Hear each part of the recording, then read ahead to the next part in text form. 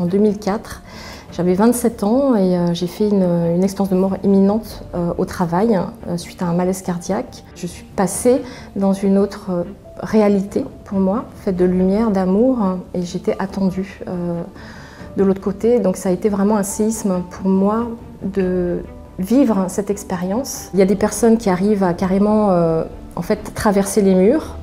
Leur conscience, on va dire, traverse les murs, donc à décrire qu'est-ce qui se passe dans les pièces d'à côté. J'ai cette reliance en fait à l'invisible qui est de l'ordre de l'intime et qui se manifeste par parfois des fulgurances, des infos qui viennent que je ne peux pas expliquer, quoi. C'est des infos, parfois j'ai même des choses qui sont arrivées du futur. Ça peut paraître fou, mais pour moi, ça fait partie de l'être humain en réalité.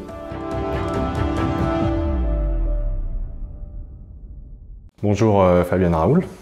Bonjour Henri. Merci d'avoir accepté notre invitation. Merci à vous.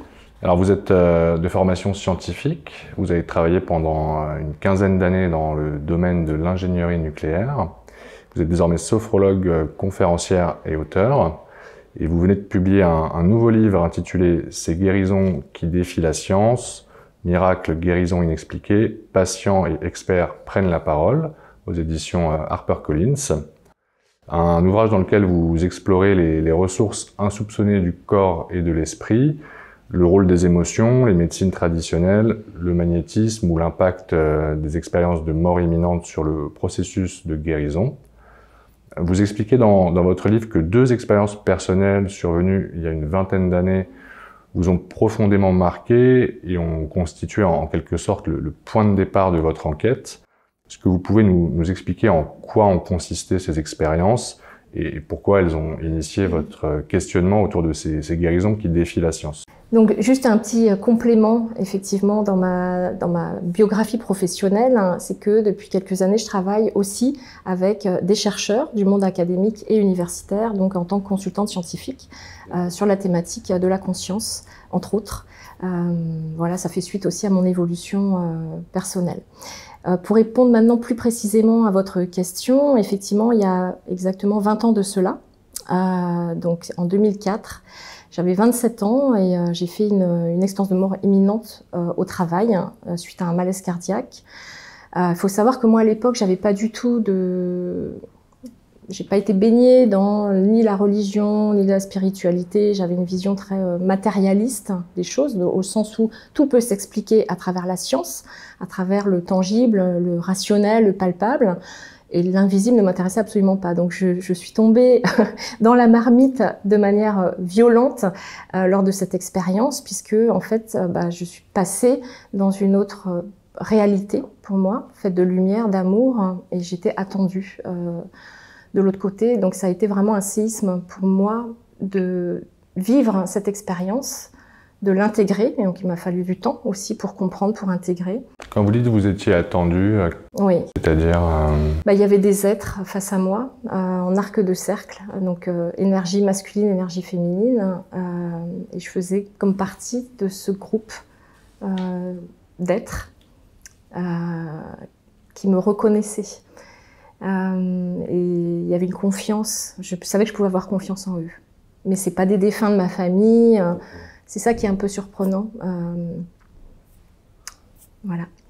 Et parce qu'il y a plusieurs étapes dans une expérience de mort imminente, tous les expérienceurs ne vivent pas nécessairement toutes les étapes. Ouais. Quelles sont vous les étapes que vous avez vécues? Oui, alors effectivement, une EMI déjà, effectivement, peut-être préciser qu'est-ce que c'est. Une expérience de mort imminente peut être vécue aux frontières de la mort, lors d'un arrêt cardiaque, lors d'un coma, mais pas que. Ça peut être un choc émotionnel très violent.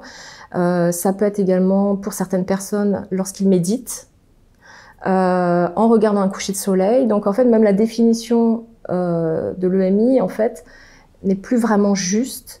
Ces personnes ont accès, en fait, à des perceptions, à des visions d'une autre réalité. Donc avec une sortie de corps. Alors les étapes, c'est quoi? C'est tout d'abord une sortie de corps. Il y a des personnes qui arrivent à carrément en fait traverser les murs. Leur conscience, on va dire, traverse les murs, donc à décrire qu'est-ce qui se passe dans les pièces d'à côté. Souvent, il y a la notion de tunnel aussi qui est évoquée, au bout duquel il y a des êtres qui attendent, soit des défunts ou des figures religieuses ou des êtres de sagesse. Enfin, en tout cas, moi, c'était plus de cet ordre-là, de grande sagesse. De la lumière et puis l'amour, un bilan de vie également, donc repasser en boucle toutes les bonnes actions, entre guillemets, et les mauvaises actions, c'est-à-dire mauvaises actions dans le sens là où on a manqué d'amour. Ça, vous l'avez vécu, par exemple, ce bilan de vie? Non, moi j'ai pas eu de bilan de vie, j'ai pas de souvenir de m'être vue au-dessus de mon corps, ni du tunnel. Moi je suis arrivée directement dans la lumière. Voilà, ça a été... c'est pour ça que je dis souvent, c'est comme si vous êtes sur Terre et puis on vous emmène en haut d'une montagne et vous êtes pas alpiniste, quoi. Vous passez d'une extrême à l'autre avec un amour, un ressenti qui est incroyable, qui est au-delà des sens et une hyper lucidité en fait des choses, enfin presque hyper conscience que j'ai pas vécu sur Terre, un amour de fou, quoi. Enfin, c'est difficile à exprimer, à ressentir et à transmettre parce que c'est pas l'amour qu'on connaît au quotidien dans l'état amoureux ou l'amour au sens large du terme. C'est beaucoup plus puissant. Donc voilà, en gros, qu'est-ce que c'est une EMI? Et puis en tout cas moi, tel que je l'ai vécu. Puis j'ai entendu une musique également. Magnifique, très très pure, céleste, que je peux qualifier de céleste parce que j'ai pas d'autres mots et j'étais dans un état de félicité. Mais c'est pareil, c'est compliqué de mettre des mots dessus parce que ça enferme. En fait, les mots donnent une indication pour moi, mais ne peuvent pas forcément montrer, pour faire ressentir à chacun la puissance en fait du vécu, qui est pas dans le corps. C'est au-delà du corps. C'est ça qui est surprenant. Donc, Et cette expérience-là, vous en avez encore un souvenir très, très fort, comme si vous l'aviez vécu hier? C'est quelque chose qui va rester gravé toute votre vie? Pour moi, ça reste très présent dans ma vie. Ça a été quelque chose de bouleversant. Et quand j'y repense, en fait, quand je me rebranche, entre guillemets, dessus, j'ai ce sentiment alors, pas d'amour, je l'ai plus, mais ça reste un souvenir, mais qui est très présent en fait, mais qui c'est pas un souvenir mental, c'est quelque chose qui est là, quoi. Voilà. Mais c'est vrai que j'ai beaucoup témoigné dessus et j'ai l'impression de l'avoir aussi donné. Je l'ai partagé en fait. C'est comme si c'est en moi, mais ça ne m'appartient déjà plus. C'est assez bizarre à dire. Le fait d'avoir beaucoup témoigné là-dessus, parce que c'était important aussi pour moi d'échanger là-dessus, de témoigner, de dire, en tout cas, moi, c'est plus que ma conviction qu'il y a autre chose. mais en tout cas, si ça peut rassurer aussi les personnes sur l'existence d'autres réalités. Vous, ça a changé justement votre perception de la vie et de la mort, cette expérience? Oui. Déjà, j'ai plus du tout cette fermeture à l'invisible, clairement. Pour moi, il y a une continuité de la vie après notre mort biologique. Donc, c'est pour ça que je cite souvent Teilhard de Chardin, qui était un prêtre mystique en fait, qui était aussi un scientifique. Et quand j'ai lu sa citation, qui est « Nous ne sommes pas un être humain vivant une expérience spirituelle, mais un être spirituel vivant une expérience humaine », il y a eu vraiment une résonance en moi parce que ça me parlait, quoi. C'était vraiment, je dis mais oui c'est ça, quoi. On est une âme. Alors une âme, c'est pas forcément au sens religieux du terme non plus. On peut le mettre la connotation religieuse ou pas, en tout cas spirituelle, qui faisons une expérience effectivement dans un corps. Et quand on voit les choses de cette manière-là, et non du point de vue du corps doué d'une faculté d'esprit en fait, au-delà du mental, j'entends. Ça change complètement la perception de la vie et forcément aussi de la mort, quoi. Parce que pour moi, on quitte notre corps au moment de la mort, et comme on quitterait une vieille voiture cabossée, abîmée, dont on n'a plus besoin, enfin voilà, on passe à autre chose en fait. Voilà. Donc ça a changé aussi moi ma sensibilité, c'est-à-dire dans le sens où je suis devenue beaucoup plus empathique j'ai mes facultés d'intuition qui se sont développées aussi. C'est des choses que j'avais pas avant, qui étaient peut-être enfouies au fond de moi, mais là, c'est comme si ça avait ouvert en fait quelque chose en moi, une plus grande sensibilité. Et donc aujourd'hui, j'ai ces deux aspects en moi, c'est-à-dire la raison. Je reste scientifique, j'aime comprendre, voilà, à partir de faits, de me poser des questions. Je suis très dans le mental, hein, j'ai un mental qui reste très fort.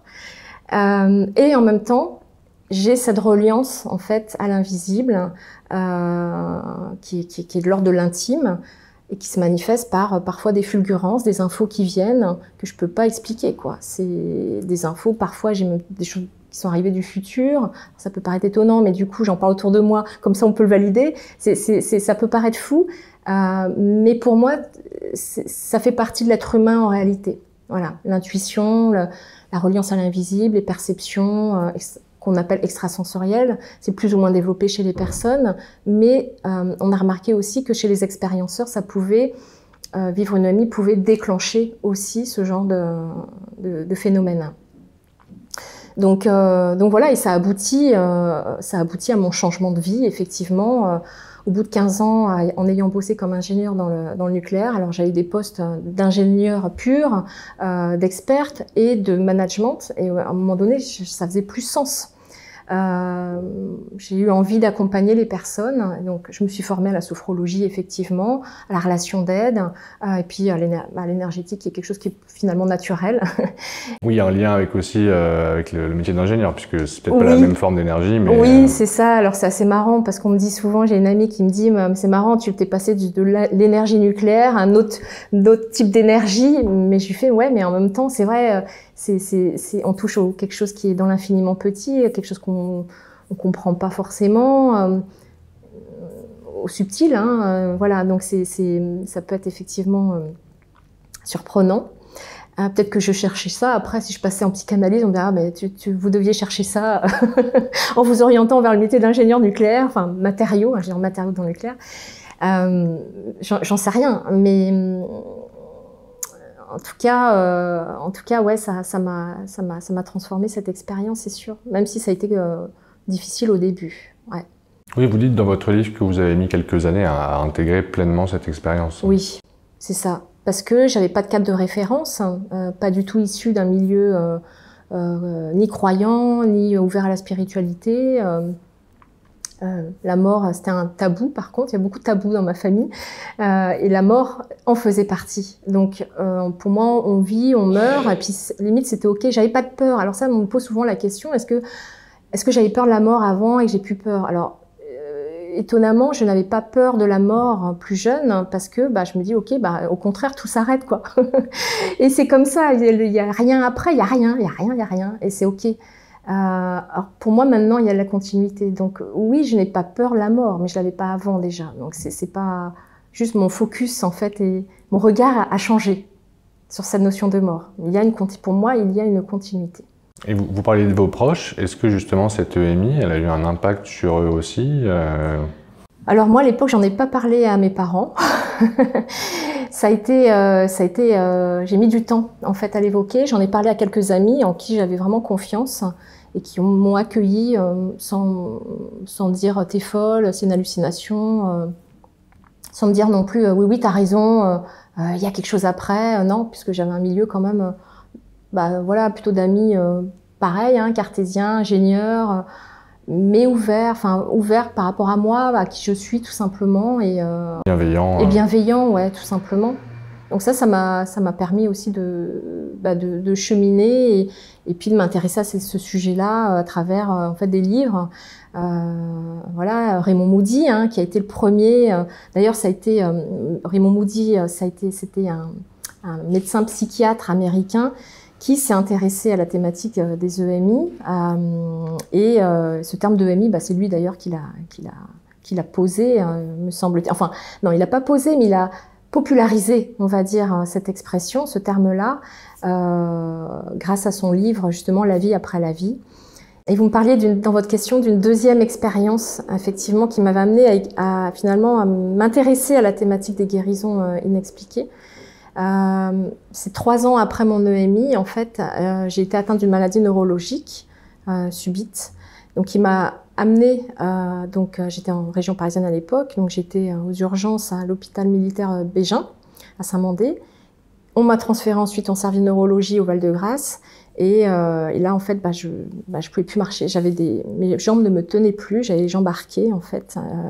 J'avais des parasthésies, donc des fourmillements dans les mains, dans les pieds. Ça a été, des pertes d'équilibre. Donc, ça a été assez difficile comme période. Et pendant mon hospitalisation, qui a duré une dizaine de jours, avec tous les examens que je faisais, en fait, à un moment donné, j'ai demandé de l'aide, puisque j'ai pour moi, cette ouverture, cette connexion en fait à l'invisible depuis mon EMI, et dans une forme de désespoir, en fait, un peu un cri du cœur que vous adressez quand vous êtes en panique. J'ai demandé de l'aide, tout simplement, et en fait, j'ai ressenti une espèce de paix intérieure, d'enveloppement. Je me suis endormie, j'étais sur mon lit d'hôpital. Puis le lendemain matin, je sentais que comme si l'énergie circulait dans mes jambes, quoi. Je me suis dit, il y a quelque chose qui s'est passé. Après, j'ai pas été guérie instantanément, j'ai pas été, toutes mes facultés ne sont pas revenues comme ça, mais ça a été pour moi une aide dans le processus de guérison. Voilà. J'ai été en mi-temps thérapeutique après, voilà. Ça a mis 1 an à ce que je retrouve complètement, mais je n'ai plus de parasthésie aux jambes, voilà, donc je boitais un petit peu, etc. Donc, pour moi, cette expérience, si vous voulez, à travers cette maladie neurologique, a été un des points d'ouverture, de questionnement sur le rôle que peut jouer l'invisible dans le processus de guérison. Parce que pour moi, je pense qu'on est vraiment accompagné en permanence, on est aidé en permanence. Et donc, il y a 1 an et demi de ça, début 2023, en fait, je me suis dit, mais j'ai envie de chercher à travers des faits, donc à travers des cas de personnes qui ont été guéries contre toute attente. Qu'est-ce qu'en disent les médecins, essayer de comprendre les mécanismes en jeu. Donc j'ai rencontré des patients grâce d'ailleurs à des médecins, infirmiers ou praticiens, et je me suis dit mais quels sont les mécanismes qui peuvent intervenir dans le processus de guérison finalement. Et donc voilà, je me suis posé la question de l'impact de la psyché sur le corps. Quel est l'impact de pratiques dites complémentaires. Alors moi, c'était important que ce soit vraiment complémentaire à la médecine conventionnelle et non des personnes qui seraient vraiment dans une opposition à la médecine conventionnelle. Parce que vraiment, pour moi, on peut pas, faut pas dissocier les choses. Au contraire, je suis dans l'idée d'une complémentarité, en fait. Ça, c'est vraiment important pour moi. Et puis que ces praticiens aient une éthique. Donc voilà. Et puis la troisième question que je me suis posée, c'est quel est l'impact des forces, j'allais dire au sens large du terme, de l'invisible sur nous, dans le processus de guérison. Donc j'ai cheminé comme ça dans mon enquête et voilà. Et j'ai rencontré des dizaines de patients, des dizaines de médecins. Médecins, praticiens, infirmiers, et ça a été une très très belle expérience aussi pour moi de toutes ces rencontres. Et je crois que ce que vous dites dans le livre, c'est que les témoignages des patients que vous avez recueillis, vous avez eu accès aux dossiers médicaux des personnes, et vous n'avez retenu aussi que des gens dont la guérison a été finalement validée par les médecins, qu'elle soit expliquée ou pas. Oui, tout à fait. Pour moi, c'était vraiment important d'avoir vraiment un dossier en béton, en fait, pas se baser que sur les propos de la personne, mais de pouvoir vérifier également l'information dans le dossier médical et du coup de pouvoir échanger après avec les médecins aussi, pouvoir poser des questions. Alors, dans votre livre, vous rapportez, on a parlé de votre EMI, vous rapportez plusieurs témoignages en lien avec les EMI dans le cadre des phénomènes de guérison inexpliqués, et notamment le cas d'Anita Morjani, donc une femme qui souffrait d'un cancer en phase terminale, qui a connu une guérison inexpliquée à la suite d'une EMI dans les années 2000. Que suggère son témoignage pour vous? Est-ce que les EMI pourraient être à l'origine de guérisons spontanées? Alors, effectivement, son témoignage est intéressant, cette dame, effectivement, Anita Morjani, parce que lors de son EMI, déjà, alors elle a vu son père de l'autre côté, et elle a pris conscience, ou on lui a fait prendre conscience, que dans sa vie, en fait, sa maladie avait été créée à cause de peur et du manque d'amour qu'elle avait pour elle. Donc, elle savait que si elle revenait, elle serait guérie grâce à cette prise de conscience. Et en fait, que cette maladie, elle se l'était créée elle-même. Ça, c'est quand même assez... ça peut paraître assez fou. À cause du manque d'amour envers elle-même. Exactement. Le manque d'amour qu'elle éprouvait envers elle-même, des peurs, en fait, qui étaient complètement irraisonnées, d'une mauvaise estime d'elle-même, et que l'amour était vraiment le socle de sa guérison. Et d'ailleurs, aujourd'hui, elle témoigne sur ce sujet-là, en fait, de s'aimer suffisamment pour pouvoir finalement transcender les choses aussi. C'est-à-dire d'être relié. Pour moi, l'amour, c'est pas juste un sentiment, c'est vraiment ce qui nous constitue fondamentalement. Et c'est aussi ce qu'elle dit, Anita Morjani. Et ça, on a tendance d'être trop dans notre mental, finalement, dans la conception de l'amour ou dans quelque chose d'un ressenti, mais c'est au-delà de ça. Vraiment, on touche à quelque chose de beaucoup plus profond et transcendantal. Et donc voilà, donc, je trouve que c'est un beau témoignage aussi à transmettre aux personnes, quoi, parce qu'on est tous en manque d'amour, hein, d'une certaine façon. On est tous déconnectés de là d'où on vient réellement, c'est-à-dire de cette lumière qui est amour. Voilà, on va l'appeler, il y en a, ils vont l'appeler Dieu, l'univers, la conscience universelle. Enfin, chacun après, il va selon sa propre définition, mais en tout cas d'un principe supérieur qui est l'amour avec un grand A. Oui, d'ailleurs, ça revient aussi assez souvent dans les témoignages des gens qui font une EMI, c'est que justement cette entité de lumière leur pose la question comment as-tu aimé? Exactement. C'est ce qui compte en fait réellement sur Terre. C'est se poser finalement cette question à chaque fois, mais dans les actes que je peux poser, dans mes propos, ma manière d'être, est-ce que j'y mets de l'amour ou pas? Et c'est la question qui nous sera posée quand on passera de l'autre côté lors de notre fameux bilan de vie en fait. Et ça, on devrait dans notre quotidien finalement à chaque fois avoir cette conscience-là. Et effectivement, les guérisons inexpliquées lors des EMI peuvent s'expliquer de cette manière-là, en fait. Dès qu'il y a cette prise de conscience de ce manque d'amour, finalement, qu'on a en nous, et qu'on l'accepte et qu'on est prêt à passer à autre chose, bah oui, la guérison peut agir à ce moment-là. Mais c'est pas non plus du systématique. Toutes les personnes qui ont vécu des EMI n'ont pas été forcément guéries non plus derrière de maladies.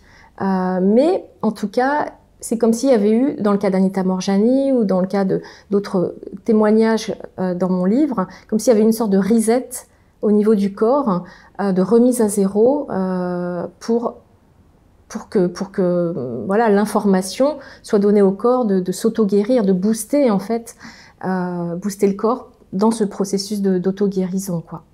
Voilà, grâce à la lumière, pour moi, la lumière intervient. Alors, vous vous interrogez aussi dans votre livre donc sur le lien justement entre le corps et l'esprit, le rôle des pensées et des émotions sur notre santé et l'apparition des maladies. Quel rôle nos pensées et nos émotions jouent-elles sur notre santé selon vous? Dans quelle mesure est-ce qu'elles peuvent avoir une influence justement sur le développement de maladies? Oui. Alors déjà, je pense que ça va parler à tout le monde hein, si on donne l'exemple du stress. Je pense que tout le monde a été au moins une fois dans sa vie stressé, surtout notre époque. Quand on est stressé, les effets sont vraiment visibles. En tout cas, on les ressent intérieurement. On a des palpitations cardiaques. On peut avoir mal au ventre. Donc voilà, ça parle à tout le monde. Si ce stress s'installe durablement, ça peut créer une inflammation et donc des maladies. Par exemple, le cancer, ce que disait d'ailleurs le professeur Kayat, hein, qui est dans le livre, il explique effectivement qu'un processus inflammatoire qui reste un certain temps, hein, ça peut développer un cancer. Donc c'est vraiment important aussi d'avoir conscience que notre psyché, et là c'est aussi nos pensées, notre manière avec laquelle on va se voir nous-mêmes, notre perception de nous-mêmes et de l'environnement, peut avoir un impact, et je parle bien de perception, parce que si on prend 2 personnes qui vont vivre un événement traumatique, il y en a une pour lesquelles elle va bien le gérer, parce qu'intérieurement elle a activé des propres ressources, qui vont permettre de lui faire voir peut-être l'événement sous un autre angle, et puis l'autre personne va tomber malade. Pourtant, l'événement extérieur reste le même. Donc c'est vraiment cette notion de perception qui importe aussi dans la maladie.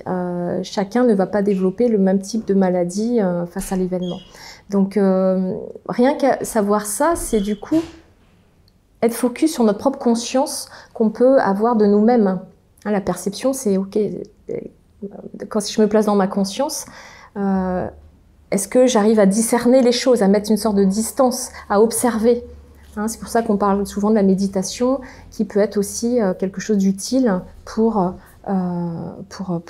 être mieux, être plus apaisé dans son quotidien.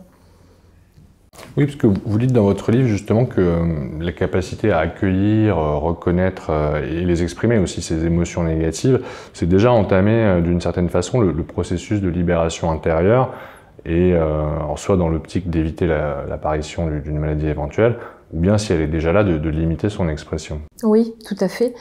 C'est exactement ça. Et d'ailleurs, si on prend un des cas du livre, hein, qui est Iphigénie, hein, qui est une dame. Alors c'est un cas qui est très intéressant et qui m'a été rapporté par une gynécologue qui s'appelle le docteur Anne Gabar-Allard, hein, qui est une femme, moi je trouve assez exceptionnelle, qui a plus de 70 ans et qui a décidé de faire une thèse en philosophie de médecine il y a 10 ans de ça.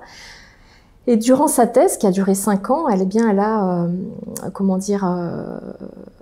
reçu en entretien, en consultation, enfin hors consultation, pardon, de son cabinet de gynéco, mais en tout cas, elle a reçu 300 personnes atteintes de différentes pathologies.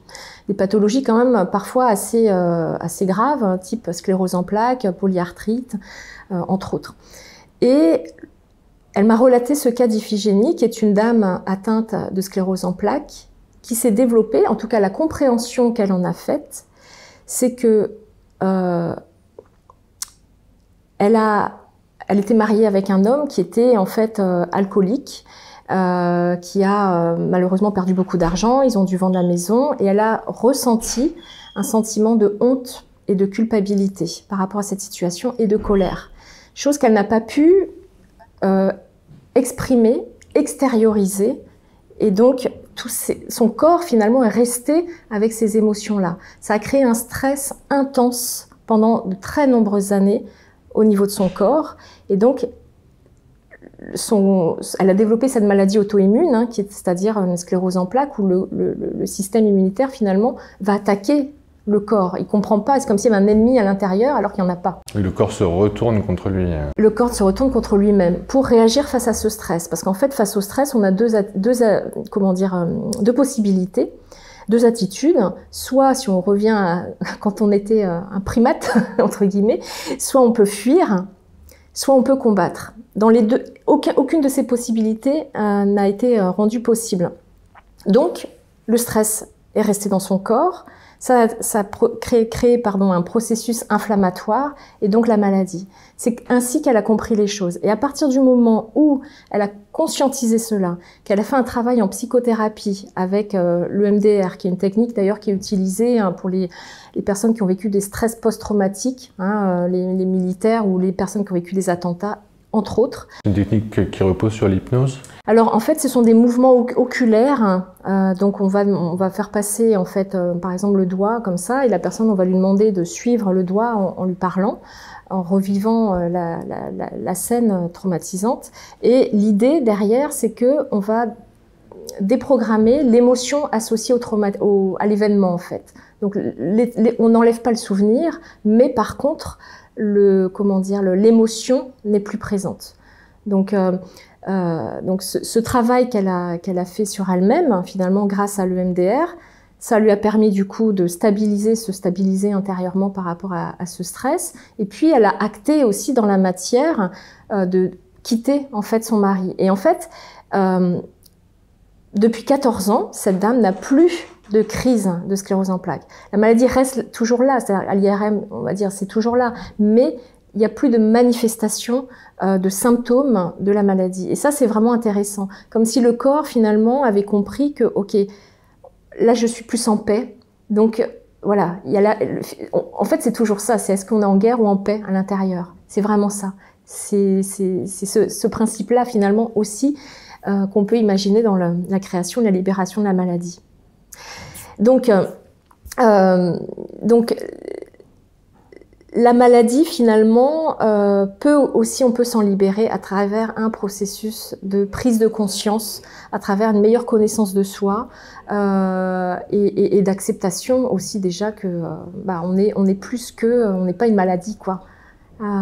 C'est vraiment important aussi d'avoir ça en tête, de pas s'identifier non plus à sa maladie. Par contre, essayer de déjà accepter, il faut accepter le diagnostic, ça c'est évident, ne pas nier cette réalité, mais ok, comment je fais maintenant par rapport à ça, dans ce processus d'acceptation?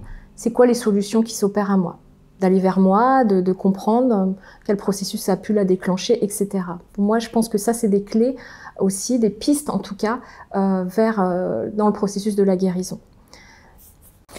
Un médecin que vous avez interrogé dans votre livre souligne d'ailleurs les bienfaits d'un travail d'introspection et explique qu'il est justement important d'identifier les traumatismes, les éléments les plus perturbants de notre histoire qui pourraient avoir un impact émotionnel dans notre quotidien, voire nous figer dans le passé et nous privant ainsi des ressources nécessaires pour avoir une santé équilibrée et harmonieuse. C'est ça, ça correspond complètement à ce que je viens de dire et à ce cas-là notamment.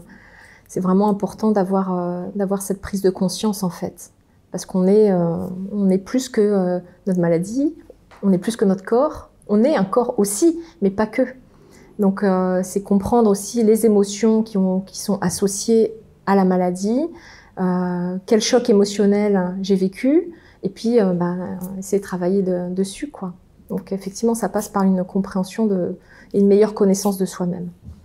Vous dites d'ailleurs que les témoignages que vous avez recueillis mettent en lumière le fait que la maladie est avant tout un signal d'alarme pour indiquer un déséquilibre et qu'elle appelle donc à une meilleure connaissance de soi. Et finalement qu'elle peut être riche d'enseignements pour qui est capable de l'accueillir de cette façon. Alors c'est pas toujours facile d'entendre le message que la maladie veut nous faire passer quand on est dans une situation évidemment de grande souffrance ou quand notre vie est menacée. Oui, tout à fait. Alors quand on dit maladie, on entend mal, le mal a dit. Donc c'est se dire, ok, quel est le message finalement que le corps m'envoie? Le corps, pour moi, c'est vraiment la dernière barrière. Quand vraiment la maladie est là, c'est qu'on n'a pas entendu les sortes de petits cris, les petits signaux d'alerte précédents, quoi. Parce qu'en général, c'est rare que on tombe subitement. Enfin, ça arrive que la maladie s'installe subitement sans qu'on ait eu de signes précurseurs. On sent déjà, on pressent que tiens, j'ai mal au ventre, mais on n'écoute pas en général ces signes-là. Donc on passe par-dessus, quoi. Donc le corps, lui, pour moi, c'est vraiment un allié pour dire ok, mais écoute-moi, qu'est-ce qui se passe? Qu'est-ce qui se passe à l'intérieur de ton corps, quoi? C'est l'âme, en fait, c'est un peu un cri de l'âme aussi, hein. C'est le corps qui crie, mais c'est l'âme aussi qui crie, qui a des besoins qui n'ont pas été entendus. Voilà. Donc c'est aussi comprendre quels sont mes besoins là, de quoi j'ai besoin. Peut-être d'être plus en paix intérieure par rapport à cette situation, par rapport à la perception que j'ai de cette situation. Donc qu'est-ce que je peux changer concrètement dans ma vie aussi par rapport à ça? Donc il y en a qui peuvent changer de métier, il y en a qui vont décider de changer de vie, de quitter leur compagnon ou leur compagne. Enfin, chacun après va faire ses propres prises de conscience pour finalement aller vers soi, parce que c'est ça l'idée, c'est de revenir à soi, au cœur de qui on est. Et de se recentrer aussi, de se réaligner. C'est ça. Et alors, vous soulignez que si les émotions négatives peuvent provoquer des déséquilibres et mettre la santé en péril. Donc justement, le fait de changer notre état intérieur et puis peut-être aussi de cultiver des pensées et des émotions positives peut, à contrario, avoir un impact bénéfique sur notre corps et puis éventuellement participer aussi au processus de guérison en cas de maladie. Oui. Oui, parce qu'effectivement, quand on le sent bien, quand on est triste, hein, et quand les personnes qui sont en dépression aussi le vivent, hein, en général le système immunitaire est moins vaillant. Ça aussi, c'est des choses effectivement qui sont connues. Et puis quand on est bien dans ses baskets, quand on a des pensées, alors c'est pas du positivisme béat, bien évidemment, hein, il y a un principe de réalité quand même, mais intérieurement, quand on cultive une forme aussi un petit peu aussi d'émerveillement, j'ai envie de dire, de joie intérieure, d'émerveillement, ça fait du bien. Le système immunitaire, il va mieux, quoi. Ça, c'est connu aussi. Être dans la gratitude aussi, c'est connu. Je veux dire, on prend tout comme acquis. On est dans un monde où on veut que tout nous soit donné. Or, on a déjà beaucoup de choses qui nous ont été données. Et on l'oublie. Et c'est important dans le quotidien de se dire, OK, là, mais qu'est-ce qui va bien? OK, il y a ça qui va mal. Mais qu'est-ce qui va bien dans ma vie? Et avoir ce regard-là, ça permet aussi de dézoomer, de mettre en relief en fait les choses. De dire, OK, ça, bon, ça va pas, OK. Mais là, il y a ça qui va bien dans ma vie. Et avoir ce regard-là, forcément, ça fait du bien, on relativise, on voit la vie différemment. Donc, ça aide à traverser, peut-être pas forcément à guérir, quoique, mais ça aide également à traverser la maladie avec un regard différent. Voilà. Ne pas être dans forcément un combat. Il y a des personnes pour qui ça va marcher, hein, de s'imaginer combattre la maladie. OK. Mais d'autres, ça va être, OK, non, la maladie est là. Il y a un témoignage comme ça d'ailleurs dans le livre, c'est, OK, je ne suis pas dans le combat. Une femme qui a un diabète, j'accepte la maladie qui est là depuis que je suis toute petite. Et en fait, on cohabite ensemble. Mais je ne veux pas être cette guerrière que j'ai été pendant aussi longtemps, quoi. Et du coup, il y a un apaisement qui opère. Et voilà, pareil, les crises sont moins violentes, quoi. C'est assez étonnant comme processus, finalement, de cohabitation intérieure qui peut être très bénéfique. Et finalement, ça tend aussi peut-être à montrer qu'on a un pouvoir sur nous-mêmes qu'on ignore et qui est relativement important, selon la façon dont on voit les choses aussi. Tout à fait. Mm. Alors, d'ailleurs, vous expliquez aussi dans votre livre que l'amour, et on en a un petit peu parlé tout à l'heure, mais que c'est une des émotions les plus puissantes dans le processus de guérison. Oui. On a eu l'exemple avec Anita Morjani, par exemple, mais pas que. Alors, c'est un cas extrême, on va dire, oui, les EMI, tout le monde n'en vit pas, on est d'accord. mais l'amour, on sent bien que c'est un soutien. Il y a une médecin urgentiste, justement, dont je parle dans le livre, Dr Sophie Mingui, qui, elle, était vraiment dans un travail avec beaucoup de stress, en tant que médecin urgentiste, qui a développé une maladie de type fibromyalgique.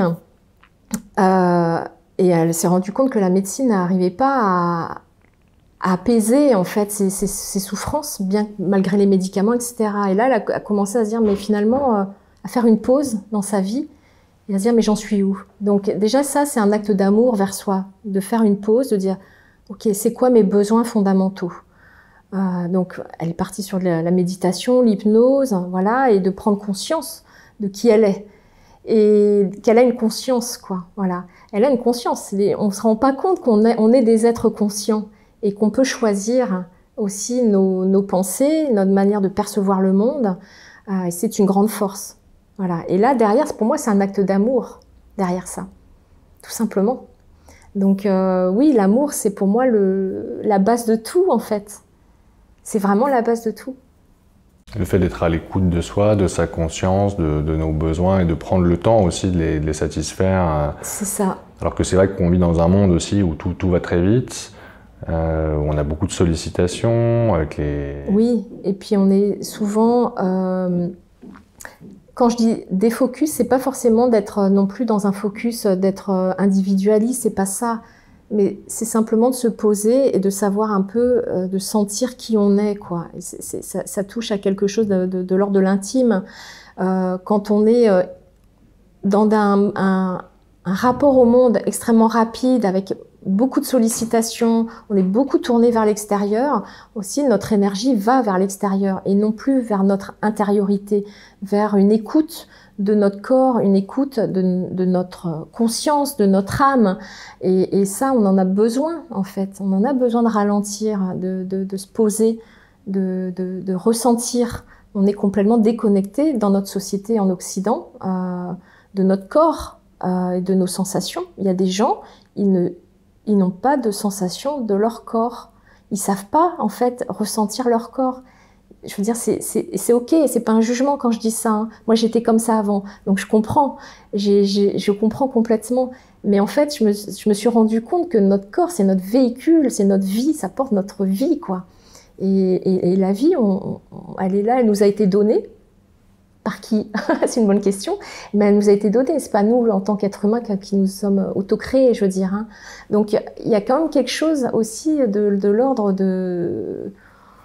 Pas du mystère hein, derrière tout ça, mais de se dire, ok, là, mon corps, là, j'en prends soin, je l'écoute, c'est important, c'est un cadeau de la vie, quel qu'il soit, d'ailleurs, quel qu'il soit. Et je dis ça pour les personnes aussi qui viendraient au monde avec des maladies ou des handicaps, ou même voilà, des handicaps ou des maladies qui pourraient surgir après et dans lesquelles ils seraient en forme de soit culpabilité ou de colère hein, contre plus grand ou contre la vie, contre c'est peut-être aussi essayer d'être à l'écoute de soi et puis d'accueillir tout ça en fait. Tant qu'on peut, bien sûr, on fait avec ce qu'on peut et qui on est. Hein, on n'est pas non plus, on n'est pas Dieu. Hein.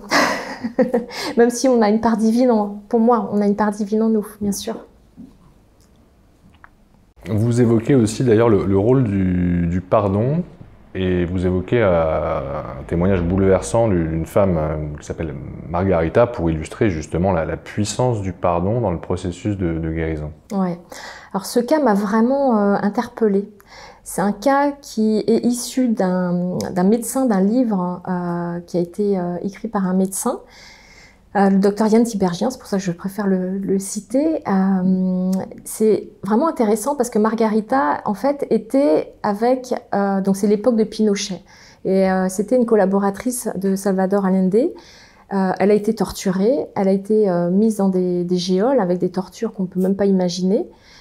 Elle est ensuite sauvée et elle développe un cancer. Et les médecins lui disent, vous êtes en fin de vie. Et là, d'ailleurs, elle était en France à ce moment-là. Les médecins lui disent, en gros, mettez vos affaires en ordre, il vous reste quelques mois. Et là, il y a un déclic. Elle prend conscience que cette maladie vient de toutes ces années où elle a été torturée, enfermée. Elle décide de retourner voir ses geôliers, ses bourreaux, qui étaient en prison, hein, et de leur demander, de leur demander le pardon, en fait, pour partir en paix. Elle dit, voilà, je ne vous veux rien, j'ai pas de colère contre vous, voilà, je veux juste partir en paix, en fait. Je voudrais juste qu'il y ait ce pardon qui soit posé. Hein. Les geôliers n'en reviennent pas, les bourreaux n'en reviennent pas. Quelle personne serait capable de faire ça?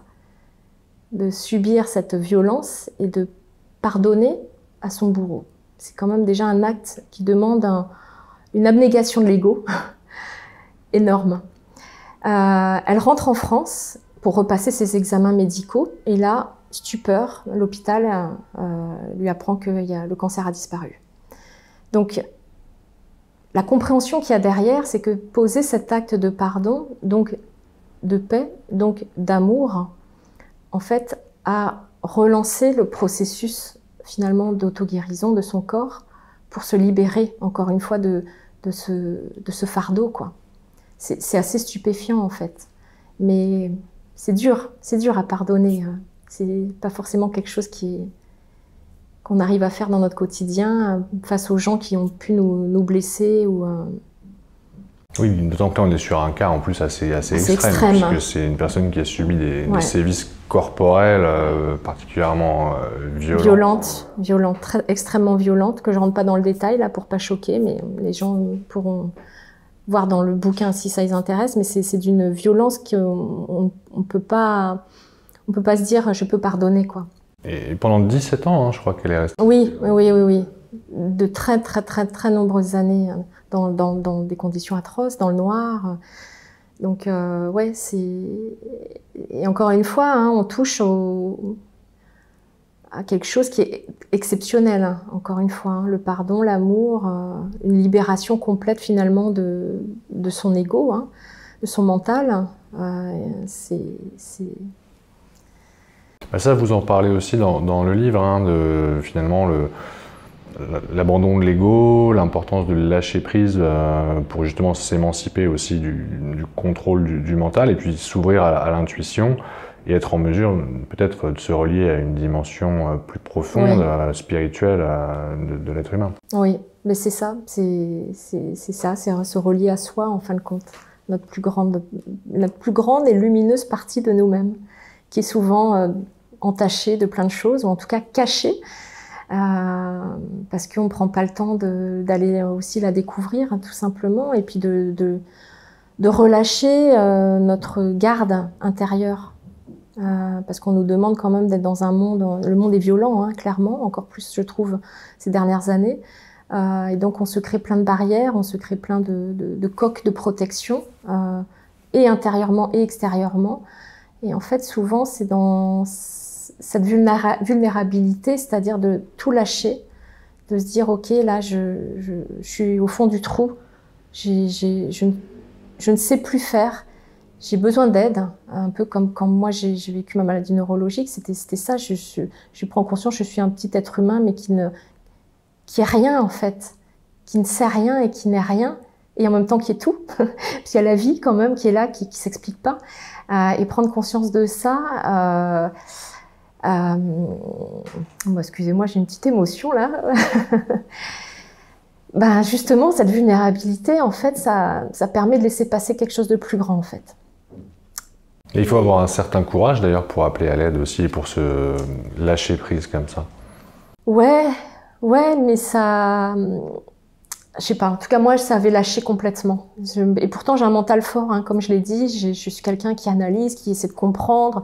Mais là, c'est comme si... c'est en gros, barre-toi. C'est pas toi l'ambulance, la vraie ambulance va arriver, quoi. L'ambulance qui est quelque chose qui est la vie, quoi, qui est pour moi c'est là-haut, je l'appelle là-haut, qui peut agir, hein. Et le processus du pardon, pour moi ça rejoint ça, le vrai pardon, celui qui vient du cœur, comme Margarita l'a fait. C'est pas un pardon mental, quoi. Sinon ça reste, hein, la colère qu'on peut avoir en soi va rester en soi. L'ego, là, quand il est en dehors des clous, il vient juste observateur de ce qui se passe. Mais il n'est plus acteur.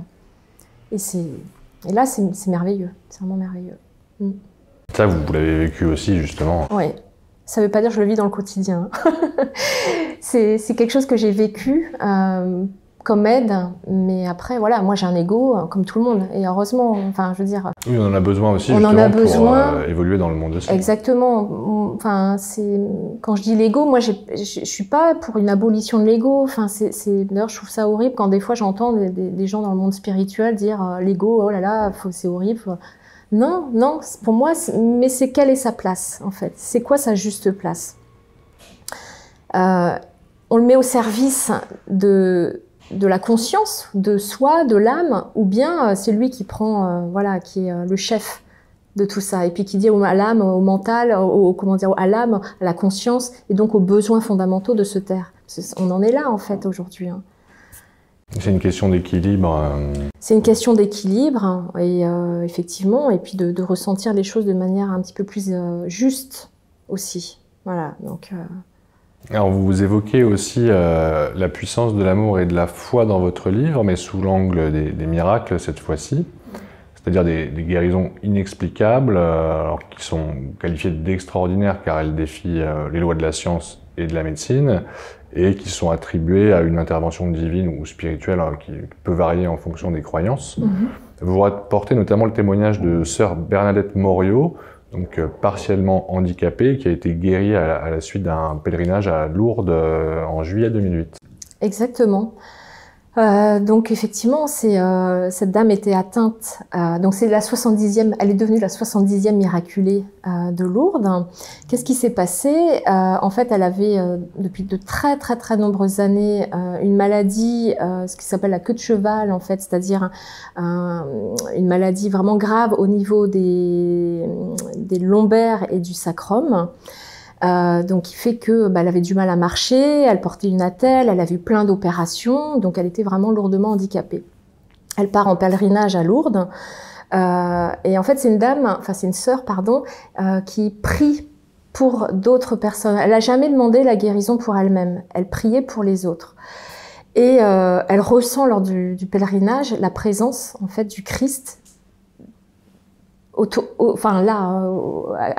côté d'elle, en tout cas dans ce pèlerinage, mais vraiment de manière très forte. Et à un moment donné, elle entend une voix, alors elle est dans sa chambre à ce moment-là, et elle entend une voix qui lui dit d'enlever son attelle, et que en gros, c'est bon, elle peut marcher. Donc c'est ce qu'elle fait, elle ressent une paix, une chaleur dans son corps, et effectivement elle est guérie. Donc c'est assez stupéfiant, mais typiquement c'est un miracle, c'est-à-dire une guérison inexpliquée, reconnue par l'évêque, en l'occurrence par le corps ecclésiastique. Oui, parce que vous expliquez dans le livre qu'il y a tout un processus en fait pour déterminer le caractère miraculeux d'une guérison, et qu'en réalité assez peu de guérisons sont considérées miraculeuses. Hein. Oui, alors on estime aujourd'hui, alors je suis peut-être pas aux centaines de cas précis, mais il y a en tout cas plus de 7000 cas de guérison, mais qui ne sont pas toutes reconnues comme miraculeuses. En fait, ce qui se passe pour qu'un cas soit vraiment reconnu comme miraculeux, déjà, il y a un bureau des constatations médicales, donc où la personne va venir déposer en fait sa demande, son dossier. Sa personne va être vue par énormément de médecins selon la pathologie dont elle souffre, et le processus peut être vraiment assez long. Donc il y a le bureau de constatation médicale, ensuite le comité qui va délibérer sur le cas, et ensuite c'est l'évêque qui va effectivement lui dire si c'est un cas miraculeux ou pas. C'est-à-dire il y a le caractère vraiment de la foi, donc d'une guérison qui serait en lien pour le coup à Lourdes avec la Vierge Marie. Voilà, donc c'est un processus qui est vraiment âpre et long, hein, ça peut prendre plusieurs années avant de dire oui, on est sûr que cette personne-là est miraculée, sachant que la guérison doit être instantanée, que la personne n'est plus aux examens médicaux, il n'y a plus rien, que ça dure dans le temps, que les traitements ne pourraient pas être à l'origine, traitements médicaux ne pourraient pas être à l'origine de la guérison. Donc c'est vraiment très carré en fait, hein, n'est pas miraculé qui veut, entre guillemets. Donc c'est assez passionnant parce que, en tout cas moi je suis assez passionnée par ça, parce que faut savoir qu'en France on est quand même au pays des cartes, et pourtant on a cette union entre justement les médecins qui s'intéressent à ces cas-là, et puis une dimension plus sacrée finalement, une dimension de l'invisible. Et voilà, c'est un peu le cocorico, je trouve quand même, de pouvoir réunir les deux aspects. En tout cas, moi, je trouve ça intéressant. Vous dites dans le livre que 300 médecins ont étudié le dossier médical de sœur Bernadette Moriot pendant 10 ans. Donc finalement, le caractère imprévu, instantané, complet, durable et inexpliqué a été reconnu, mais en 2018. Hein, donc effectivement, ça prend un certain temps. C'est ça, exactement. Ça peut être très long. Et alors, vous dites aussi dans le livre que finalement Lourdes n'a pas le monopole des miracles, et vous rapportez un témoignage, alors là aussi assez stupéfiant, hein, de Noad El-Chami au Liban. Oui. Alors ce cas est étonnant. Pourquoi? Alors on est dans les années, si je ne dis pas de bêtises, 90. Début des années 80. Début des années 90. Cette dame, en fait, a un AVC.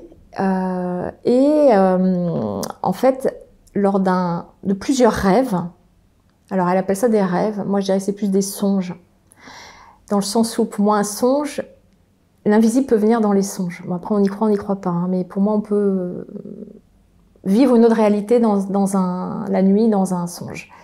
Ce qui est différent du rêve. Le rêve faisant appel à des souvenirs, etc. Ou des situations qu'on va créer nous-mêmes par le cerveau, mais c'est encore autre chose. Bon, c'est une petite parenthèse. Donc, le Saint Charbel, qui est un moine, en fait... maronite, du 19e, je crois. Du 19e, exactement, lui apparaît et fait une opération pendant ce rêve, ce songe, de son AVC. Et ce qui est fou... Donc une opération chirurgicale. Opération chirurgicale, exactement. Mais on est dans un rêve, hein, a priori. En tout cas, c'est pas quelque chose de réel. C'est un moine qui est décédé il y a longtemps, etc. Et là où c'est là où c'est très intéressant, c'est que cette dame, en fait, a les cicatrices physiques sur son corps de l'opération. Ça, c'est stupéfiant. Ça, c'est stupéfiant. Parce que c'est comme si l'invisible avait vraiment agi dans la matière pour la guérir. Et donc déjà en tant que tel, c'est stupéfiant.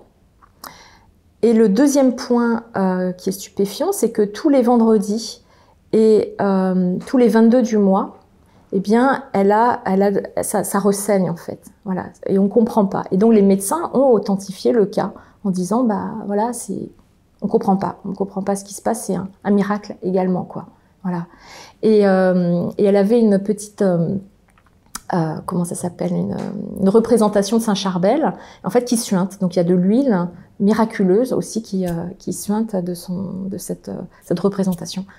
Donc ça fait poser des questions. C'est assez passionnant.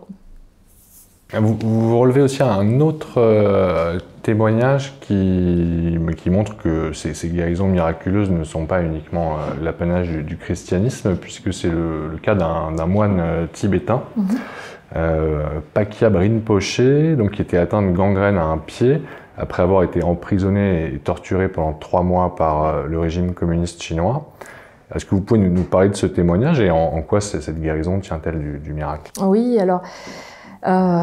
les médecins alors effectivement, il avait le pied qui était gangréné, donc les médecins ont fait la recommandation de faire une amputation. Il a refusé, il a vu le Dalai Lama qui lui a dit « tu as en toi toutes les ressources pour guérir ». Et en fait, pendant 3 ans, il s'est mis à la méditation, au mantra. Et en fait, il y a eu c'est pour ça qu'on parle de double guérison exceptionnelle, c'est-à-dire que non seulement l'infection il n'y en a plus, a été complètement... ça a régressé au point qu'il n'y en ait plus, et l'os a poussé. Donc c'est vraiment un cas surprenant, pareil, attesté par des médecins. Alors moi je dis attention pour pas que ça non plus influence les gens à se dire bon en cas de maladie je vais faire que de la méditation ou voilà, faut être toujours précautionneux. Là c'est vraiment un cas exceptionnel, mais ce qui est intéressant c'est que ça montre quand même l'impact de notre esprit, ça rejoint un peu la discussion qu'on avait tout à l'heure, l'impact des pensées, de la force de l'esprit aussi sur le corps. Voilà, ça c'est assez stupéfiant. Vous citez d'ailleurs un médecin français, le docteur Lionel Coudron, qui a qualifié cette double guérison de phénomène d'une puissance exceptionnelle. Exactement, on ne comprend pas. Même les médecins... c'est ça, même les médecins ne comprennent pas, donc c'est stupéfiant. Alors, vous consacrez aussi un chapitre de votre livre à la foi et aux prières. Vous distinguez d'ailleurs la foi de la croyance religieuse. Vous dites que la foi, c'est quelque chose d'ordre expérientiel, qu'elle s'éprouve dans le corps, oui, qu'elle habite l'âme et qu'elle règne dans le cœur. Par quel mécanisme les prières opèrent-elles et que dit la science finalement sur l'action de la foi et des prières sur les maladies?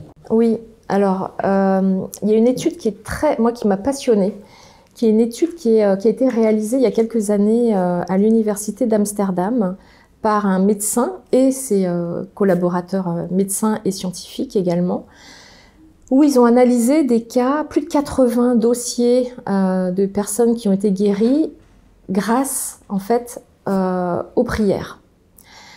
Et moi j'ai mis un focus plus particulier sur 11 cas dits de guérison remarquables. Alors, guérison remarquable, c'est pas effectivement comme des guérisons inexpliquées, ce que m'expliquait ce médecin-là, dans le sens où, si on prend l'exemple de la maladie de Parkinson, entre autres, voilà, je pense à Parkinson ou maladie de Crohn, eh bien, normalement, ces maladies-là peuvent avoir une évolution favorable dans le temps. Ça a déjà été observé. Mais bon, c'est quand même assez rare. N'empêche que ça existe. Donc, ce qu'il m'expliquait, c'est que c'est pas une guérison inexpliquée dans le sens où, oui, on sait que possiblement la maladie n'est pas non plus incurable. Il peut y avoir une évolution favorable. Mais ce qui est super intéressant, c'est que ces personnes-là, et si je prends le cas de la dame qui a guéri de Parkinson, eh bien, en fait, elle a ressenti, c'est pareil en fait, elle a ressenti de la chaleur, elle a eu des ressentis vraiment corporels associés au phénomène de guérison. Donc, la maladie, pareil, si on fait un IRM, si on fait les examens médicaux, est toujours présente, mais les symptômes ne s'expriment plus. Et mieux que ça, elle a retrouvé ses capacités fonctionnelles. Donc, c'est quand même assez stupéfiant. Donc, ce que m'expliquait ce médecin, c'est que ce qui serait vraiment intéressant, c'est d'avoir en fait, de faire de considérer les données objectives, donc médicales, mais également les données subjectives. C'est-à-dire, qu'est-ce que les personnes ont ressenti en termes de perception lorsqu'on a prié pour elles. Sachant que la dame, qu'en plus qui avait Parkinson, eh bien, n'avait pas de croyance ou d'attente particulière en lien avec les prières. Ça, c'est aussi intéressant. Donc, on ne peut pas dire que c'est un effet placebo, c'est son esprit qui aurait créé. Il y a quelque chose d'autre, quoi. Clairement, il y a quelque chose d'autre. Donc voilà, ce médecin plaide aujourd'hui pour une approche avec une épistémologie effectivement horizontale, donc de concilier les données objectives et les données subjectives. Données subjectives, c'est aussi ce qu'ils appellent des perceptions extrasensorielles, c'est-à-dire de se dire, ok, bah tiens, j'ai senti qu'il y avait du vent dans la pièce, j'ai vu une lumière, mon corps, bah, j'ai senti de la chaleur, j'ai senti de la paix, j'ai entendu quelqu'un qui m'a parlé. Et je trouve ça intéressant de la part d'un médecin de concilier finalement ces deux visions. Parce que pour essayer de comprendre et d'avancer sur ces pistes de guérison, on ne peut pas se cantonner uniquement à une approche purement objective. Clairement, là, c'est bien, c'est super, on a besoin de ça, c'est des faits, c'est objectivé, mais il faut aller plus loin et se dire, ok, est-ce qu'on n'aurait pas intérêt à se mettre tous à la table, médecins, des personnes justement, voilà, qui sont dans la spiritualité, des prêtres, enfin je sais pas, pour pouvoir essayer d'avancer et de confronter les idées, les regards, et de se dire ok là, il y a peut-être quelque chose qui nous dépasse quoi. Moi c'est ce que je souhaite en tout cas pour moi les plus grandes recherches, d'ailleurs les plus grandes découvertes se font en sortant du cadre. Voilà. Si chacun a des compétences, l'idée c'est que tout le monde puisse mettre ensemble ses compétences pour avancer, pour donner naissance à quelque chose de nouveau. Voilà. Je suis vraiment dans cette démarche-là et ce médecin avec qui j'ai pu échanger, bah, lui aussi, et je trouve ça génial, quoi. Oui, c'est ce que vous dites dans le livre, que ces phénomènes de guérison inexpliqués, quels qu'ils soient, ils méritent d'être étudiés, au risque de bousculer peut-être les paradigmes en vigueur, parce qu'ils pourraient aussi offrir des pistes de recherche concrètes sur les mécanismes à l'œuvre dans la guérison, et surtout peut-être aussi de nouvelles compréhensions quant au mystère de la vie, et puis peut-être de nouvelles perspectives aussi pour les malades. Exactement. Pour moi, il y a un double objectif finalement, c'est faire avancer la recherche médicale, la science, mais également le processus de compréhension de qui on est en fait, de fonctionnement de notre corps, et puis se dire qu'on est peut-être plus que juste une machine comme on essaie de nous le faire, en tout cas depuis des années, et qu'on nous dit ça, que tout s'explique à travers un organe, à travers une vision mécaniste et réductionniste de la vie. Non, on n'est pas que ça, on n'est pas une machine biologique, quoi. c'est extrêmement réducteur. Là, c'est tous les cas du livre, et il y en a plein d'autres de personnes qui vivent ça, ça dépasse cette vision-là. Il faut sortir de ce schéma-là, à mon sens. Tous ces cas remettent en question cette vision-là. Donc, soit on accepte de les voir, ces cas-là, et de les intégrer, de comprendre, soit on les refuse, mais à ce moment-là, c'est de la mauvaise foi. Oui, alors que finalement, la science, c'est aussi le doute, la remise en question. Ben oui. Pour moi, un chercheur, un scientifique à la base, est là pour se poser des questions. On a une théorie, mais à partir du moment où la théorie, il suffit une seule expérience qui remette en question la théorie, qui vient confronter cette théorie, pour se dire, ok, peut-être ma théorie, elle est peut-être pas juste. Alors un cas, c'est pas suffisant statistiquement, mais quand on en a plein, c'est se dire, ok, est-ce que mon modèle, il est toujours bon? Donc l'histoire de la science, l'histoire des sciences nous a montré d'ailleurs qu'on pouvait avoir une vision erronée des choses. Ça peut être juste à un instant T, mais ça l'est plus à un instant T plus sain. Donc on se doit aussi d'être capable de se remettre en question, et c'est même fondamental en tant qu'être humain. Et quel est le regard que porte en général la communauté scientifique et les médecins sur ces phénomènes de guérison inexpliquée? Comment est-ce qu'ils appréhendent ces phénomènes quand ils y sont confrontés? Ouais, alors ça c'est quand j'ai commencé à interviewer des médecins justement sur ce sujet, c'est assez rigolo parce qu'il y en a qui m'ont dit, ah bah non, mais la personne en gros elle est guérie, donc tant mieux quoi, on va pas, ça sert à rien de chercher. Puis moi je me dis, mais non, mais justement, c'est des mines de connaissances, c'est des pépites. D'autres qui m'ont dit, c'est des cas rares quoi. D'ailleurs, les guérisons inexpliquées, c'est ce qu'on appelle des anomalies en fait. C'est des cas, des valeurs statistiquement aberrantes. C'est-à-dire que finalement, ils considèrent qu'il y en a très peu, sauf que c'est faux. À partir du moment où on les recense pas, elles sont pas identifiées, elles sont pas vues. Donc c'est ça qui est hallucinant. Il n'y a pas de base de données en fait qui existe sur le sujet. Et ça, c'est quelque chose pour lequel moi j'aimerais lancer quelque chose là-dessus. C'est-à-dire prendre le temps d'écouter la personne, écouter son témoignage, donc la partie subjective aussi, d'essayer de comprendre qu'est-ce qui a pu déclencher la maladie, qu'est-ce qui a pu déclencher la guérison. Et donc, à travers un questionnaire, de recenser toutes ces questions, avoir toutes ces réponses, pour pouvoir après avoir suffisamment de cas, de valeurs, justement, qui seraient significatives, statistiquement significatives pour le coup, pour se dire, ok, là, on se rend bien compte qu'il y a autre chose qui se passe. Et là, ça ferait changer, à mon sens, le regard aussi des médecins sur ces phénomènes. Voilà. Ça, ce serait vraiment intéressant.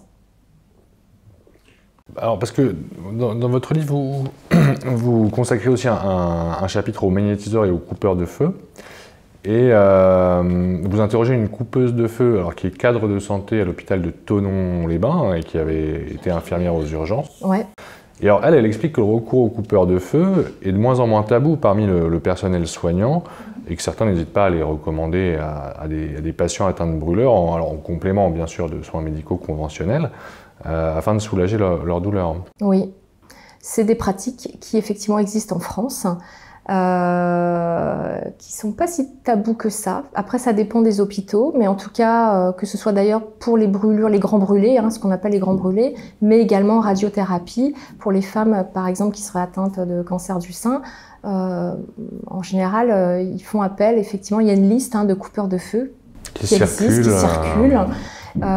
Et les femmes disent qu'effectivement, elles ont moins de douleur, voire plus du tout. Donc ça interpelle quand même. Alors oui, c'est de l'ordre du ressenti, c'est subjectif, parce que j'avais échangé avec un oncologue, le docteur Serin, sur le sujet, justement, en lui disant, mais est-ce que ça peut être objectivé? Est-ce que concrètement, il me dit non, en fait, c'est de l'ordre du ressenti. Il n'y a pas d'études qui disent, oui, c'est bon, on voit qu'il n'y a plus rien. Bon, sauf qu'il y a des femmes qui disent, non, moi je n'ai plus rien, ou même en dehors du cas de radiothérapie, de personnes qui auraient eu des brûlures où on voit qu'il n'y a plus rien. Donc comment l'expliquer? Bon, il se passe quelque chose. Donc, et Myriam Mouchet, effectivement, l'infirmière cadre de santé, qui, elle, est effectivement aussi coupeuse de feu, m'expliquait que c'est par des prières. En fait, elle prie des saints, voilà, pour aider la personne. Et ça marche. Elle me dit, de toute façon, soit ça marche pas, soit ça marche. Mais elle me dit, il n'y a pas de mal, entre guillemets, qui est donné aux personnes, quoi. Voilà. Oui, d'ailleurs, je crois qu'elle dit dans le livre à un moment qu'au début, certains de ses collègues la considéraient un peu comme une sorcière. Oui, c'est ça. Puis qu'au fil du temps, ils ont changé de perception. C'est ça, exactement. Bah oui, parce que ça confronte un petit peu l'irrationnel, d'une certaine façon. On se dit, mais comment c'est possible? Comment on peut l'expliquer? On n'a pas d'explication scientifique. Et il n'y a pas d'explication scientifique à comment une prière peut couper le feu comme ça. C'est assez stupéfiant. Donc, par contre, il y a une thèse, elle m'expliquait qu'il y a une thèse qui a été faite par un médecin sur le sujet. Et dans cette thèse, il dit que, alors lui, il explique par un partiel effet placebo et une hypothèse que la relation thérapeutique qu'aurait le patient avec le médecin et l'effet symbolique, on va dire, le symbolisme qu'il y a derrière, seraient des facteurs de guérison. Mais bon, ça reste un point d'interrogation quand même. Est-ce que vous relayez aussi deux autres témoignages, notamment de malades qui ont connu une guérison inexpliquée après avoir fait appel à un magnétiseur? Alors, l'une des malades était atteinte d'une leucémie, l'autre de graves problèmes de dos liés à un canal rachidien étroit. Donc, comment fonctionne là aussi le magnétisme? Est-ce qu'il y a une explication scientifique? Alors, côté médecin, il n'y a pas d'explication en fait, il n'y a pas d'explication scientifique. Par contre, le magnétisme dit curatif ou animal, en fait, serait un fluide, ce serait ça, un fluide qui serait transmis en fait à la personne. Le magnétiseur, lui, m'expliquait que en fait, il rééquilibre le corps énergétique finalement de la personne, puisqu'on a un corps physique et puis un corps énergétique qui est autour de notre corps physique. Et en rééquilibrant ce corps, eh bien, ça a un impact sur le corps physique. Donc à travers ses mains, à travers l'intention, à travers le souffle. Donc ça, effectivement, médicalement, on a du mal à saisir comment ça peut fonctionner. Mais il y a une expérience qui a été menée et dont Daniel Hoth, qui est un chercheur de l'INSERM, m'a fait part que effectivement ça pourrait venir aussi des biophotons, c'est-à-dire des particules de lumière qui seraient émises par les mains effectivement du praticien, qui viendraient finalement en résonance avec le corps de la personne pour derrière relancer finalement le processus d'auto-guérison, quoi. Mais tout ça, pour l'instant, ça reste quand même avec des points d'interrogation, hein, c'est pas... D'ailleurs, le magnétiseur que vous interrogez dans votre livre, en fait, ce qu'il explique, ça rejoint un petit peu ce qu'on disait sur le lien entre le corps et l'esprit, puisque, en fait, lui, il vous dit qu'il est là pour... que les pathologies ne sont pas là par hasard et qu'elles sont le symptôme d'une blessure qui n'a pas été pensée. Oui, lui, il fait un lien direct, effectivement, entre des émotions finalement non digérées, un choc émotionnel, par exemple, qui aurait eu un impact sur le corps. Donc ça rejoint complètement, finalement, les propos déjà tenus précédemment, je pense notamment au Dr Anne Gabar-Allard, avec sa grande étude de 300 patients, de l'impact des émotions sur le corps, ouais, complètement. Et d'ailleurs, votre enquête met aussi en évidence finalement l'intérêt d'une approche transdisciplinaire ou d'une médecine intégrative, holistique, hein, qui respecte chaque patient dans toutes les dimensions de son être. Une médecine peut-être finalement plus juste et plus humaine aussi. Oui, c'est ça en fait. Je pense qu'aujourd'hui, on a tout intérêt à aller vers une transdisciplinarité en fait, des approches. Une approche, même si elle n'est pas fondée médicalement, si elle fait du bien à la personne, pourquoi s'en priver? C'est ce que m'expliquait d'ailleurs le docteur Serin, l'oncologue.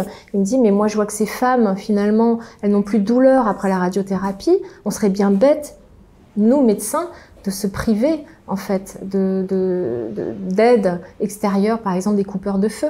Ou même la sophrologie ou l'hypnose, hein, ou l'acupuncture. Ce sont aussi des pratiques qui soulagent. Ça ne va pas forcément guérir, mais ça va soulager les symptômes, soulager la douleur. On travaille aussi sur l'esprit, sur le corps, c'est toutes ces dimensions finalement de l'être humain qu'il faut intégrer et tenir compte. Tant qu'on verra à travers un patient que son organe qui est malade, on est extrêmement limité à mon sens. C'est utile, bien évidemment, c'est extrêmement utile. On voit bien, on sauve des vies tous les jours, mais peut-être pas se limiter que à ça, en tout cas. Ça me semble vraiment important. Vous soulignez d'ailleurs aussi que cette approche intégrative, elle peut représenter un vrai défi dans une société occidentale qui a peur aussi de la maladie, de la vieillesse et de la mort. Bah oui, parce que finalement, c'est intégrer cette part mystérieuse aussi qu'on a en soi. Donc, on a besoin d'être relié à notre corps, comme je l'ai dit tout à l'heure, de percevoir qu'on est plus qu'un corps aussi. Et on est cet esprit, on est cette dimension émotionnelle également, et puis quelque chose d'autre qui nous dépasse. Et peut-être juste ça, le dire que c'est une possibilité. D'autant qu'il y a d'autres approches, hein, vous le dites dans le livre, finalement, d'autres façons d'envisager la santé, la maladie, la vie et la mort dans le monde. Est-ce que vous pensez qu'on devrait peut-être s'en inspirer aussi éventuellement? Oui, regarder un peu ce qui se fait aussi en Orient, par exemple. Hein, c'est aussi c'est une aide, aussi un complément pour les personnes. Donc pourquoi s'en priver aussi de la même manière? Je pense qu'il faut que chacun ressente aussi ce vers quoi il est appelé, qu'est-ce qui lui fait du bien. Et oui, ça c'est vraiment important. Parler notamment de la façon dont les peuples premiers considèrent la maladie, ce qui n'a rien à voir avec la nôtre. C'est ça. Alors pour eux, c'est ça qui peut paraître surprenant pour nous occidentaux. Une maladie peut venir d'un mauvais sort, en fait. Et nous, ce qu'on va dire, la personne, elle est possédée. Pour eux, il y a une mauvaise âme, il y a une mauvaise, un mauvais esprit qui est intervenu sur la personne. Nous, on entend ça, on va mettre la personne en hôpital psychiatrique. Peut-être c'est considéré, peut-être, je dis bien, c'est aussi à étudier, pourquoi pas, la possibilité que dans l'invisible, il y a des choses négatives qui existeraient. Pourquoi pas, hein, c'est un point d'interrogation. Mais en tout cas, oui, ces peuples premiers, ils ont une approche effectivement beaucoup plus holistique aussi, intégrative de l'être humain, tout simplement, et que nous, on a perdu. Alors peut-être pour conclure cet entretien, Fabienne Raoul, si vous ne deviez retenir qu'une seule chose de votre enquête sur les phénomènes liés aux guérisons inexpliquées, quelle serait-elle? Espoir. Je dirais c'est de l'espoir. Une ouverture et un mystère aussi. Parce que le mystère reste entier, mais quand bien même, je pense qu'on avancera sur ce sujet. En intégrant encore une fois toutes les dimensions de l'être humain. On découvrira pas tout, et peut-être c'est bien aussi que l'être humain ne découvre pas tout, et qu'on laisse place à un mystère qui nous dépasse, quoi. Mais en tout cas, l'amour, pour moi, c'est la base de tout. Voilà, si j'ai un mot, deux mots, l'espoir et l'amour. Voilà, c'est vraiment ce qui ressort vraiment en tout cas mon étude, mon enquête, effectivement, menée auprès de toutes ces personnes. Merci beaucoup pour votre éclairage sur ces sujets passionnants, Fabienne Raoul. Merci.